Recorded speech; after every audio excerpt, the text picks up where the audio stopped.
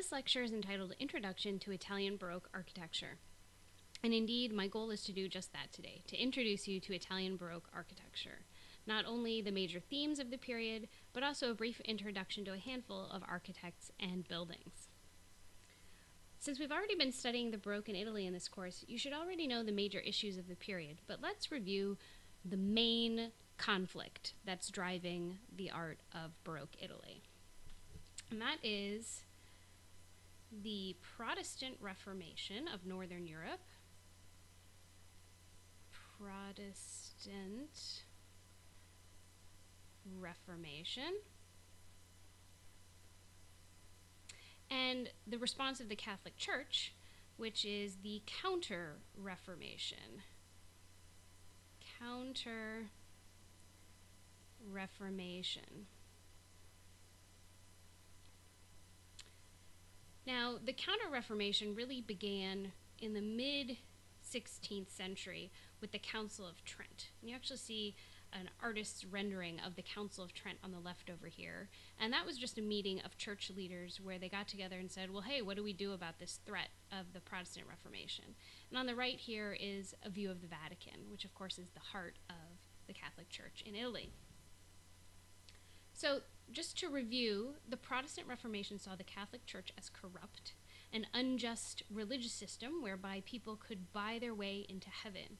And they also saw the popes as unnecessary. So clearly this was a major threat to the Catholic Church. The Catholic Church responded by putting in place several reforms. And these reforms were intended to stress their spiritual authority and to help bring people into the fold of the Catholic Church. So in art and architecture, quite simply, that was the goal. The goal of the goal of the Counter-Reformation was to convince people that the Protestant Reformation was wrong and the Catholic Church was the way to salvation. And the goal was to bring in as many converts and to keep as many believers in the Catholic Church as they possibly could. So how does this relate to architecture? Well, to fully understand this, it's important to just quickly review where we're coming from. And where we're coming from is architecture of the Italian Renaissance. So let's move forward and look at these two images on the screen here. And what we have on the left is the Palazzo Rucellai in Florence by Alberti, dating to around 1450. And the image on the right, and that on the left is a drawing, obviously, and the image on the right is the interior of the Church of Santo Spirito by Brunelleschi, also located in Florence, and it dates to the 1440s. Don't worry about knowing the names and dates of these churches. This is just for the sake of review. But just in case you're curious, this is the Palazzo Rucellai,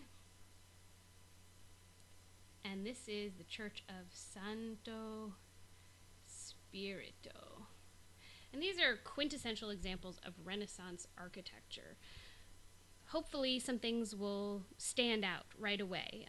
You can recall things you've learned in earlier art history courses. And what I'm hoping is standing out to you are, first, the classical features of these buildings. Classical features. And what do I mean by classical features? Well, we have columns, right? Here we have columns with Corinthian capitals. We have an arcade with rounded arches. We have rounded arches throughout this church. And over at the Palazzo Rucellai, we have, again, pilasters using the classical orders. We have rounded arches. We have this heavy cornice. All of this is borrowed from classical antiquity. So that should be review. Another thing that is important in these buildings and is tied in with the ethos of the time is the human scale. Human scale of these buildings. And by that I don't mean that, you know, they're the same size as a person, or I don't mean that in a literal sense, but they're not overwhelming to the viewer, to the visitor, with their grand scale. And you can especially see this in the Palazzo Rucellai, where, this pretty tall facade is broken up into 3 smaller levels. And in a sense, it really does make it human scale. You can imagine, you can sort of see yourself on one of those levels. It's not this imposing, overwhelming tall facade. So again, these are typical elements of Renaissance architecture and very tied in with the prevailing attitudes of the time, right? The classical features are, the heart of what the Renaissance was interested in, this revival of classical antiquity, not only in the borrowing of art, classical art and architecture, but also in the ideas and ideals of antiquity. And that is sort of where humanism comes in. Humanism. Another big word in the Renaissance. And humanism was that emphasis on learning and civic engagement and interest in the individual, which is where this interest in a more human scale building comes into play. So these are sort of what's going on in the Renaissance and the things you really need to know about the Renaissance. Well, how does this all relate to what we're talking about today? Well, with the Counter-Reformation coming on the heels of the Renaissance, these ideals seemed a little too human-centric, perhaps, and not really in touch enough with the spiritual goals of the Counter-Reformation.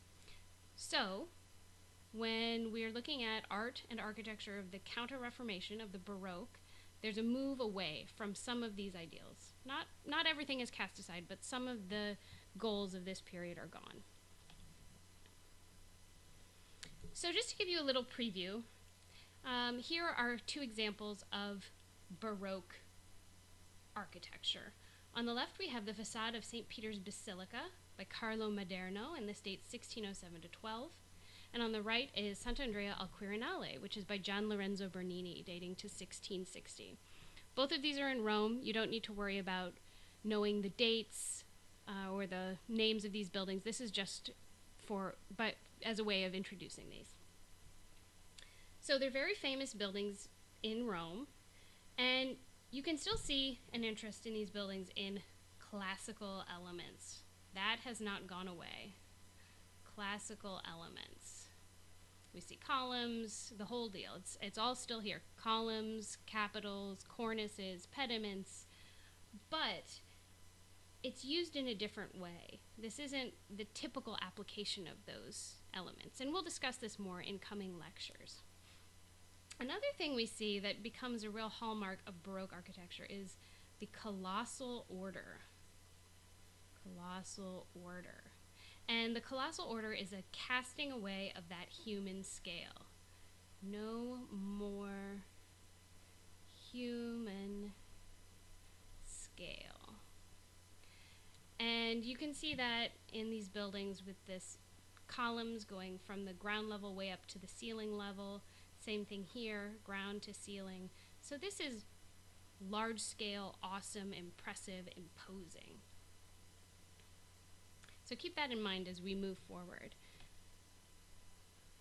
2 more examples, and these are what I like to call more innovative buildings. On the left we have Sant'Ivo alla Sapienza by Francesco Borromini. I'll write his name down. Borromini. And on the right is a building by the architect known as Guarino Guarini. And these buildings are even more innovative. They maintain most of the classical elements that we saw on the last buildings. We have the same columns, capitals, and so on and so forth. But notice that the facades of these buildings are curved. We have concave and convex forms, which is really quite new, and it shows how far Baroque architecture can go from tradition. And it really shows an interest in almost moving architecture into the realm of something sculptural with this curving, interesting, lively facade.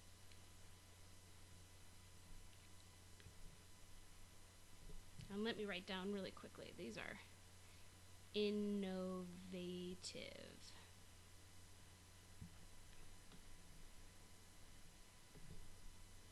finally today, I want to just leave you with a comparison. On the left, the facade of the Palazzo Rucellai, which we already discussed, and on the right, the facade of St. Peter's Basilica by Carlo Maderno, which we discussed. So we have Renaissance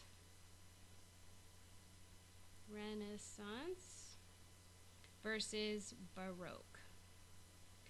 And I want you to just take a minute and compare and contrast these, and use what you find about this comparison to help you get a handle on what is new about the Baroque and what some of the similarities are to the Renaissance, but maybe how some of these changes from the Renaissance to the Baroque might reflect what's going on in the culture.